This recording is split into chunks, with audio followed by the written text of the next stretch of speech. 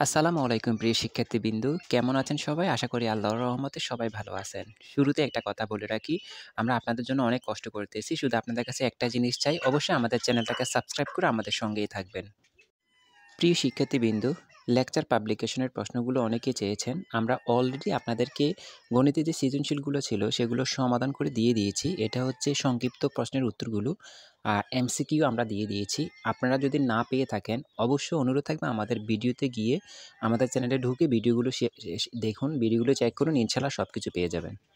এখানে সবগুলো সংক্ষিপ্ত প্রশ্নের উত্তর দেওয়া আছে। অবশ্যই আপনারা বাড়িতে অবশ্যই ট্রাই করবেন। প্রত্যেকটা প্রশ্ন ২ থেকে ৩ বার করে করুন।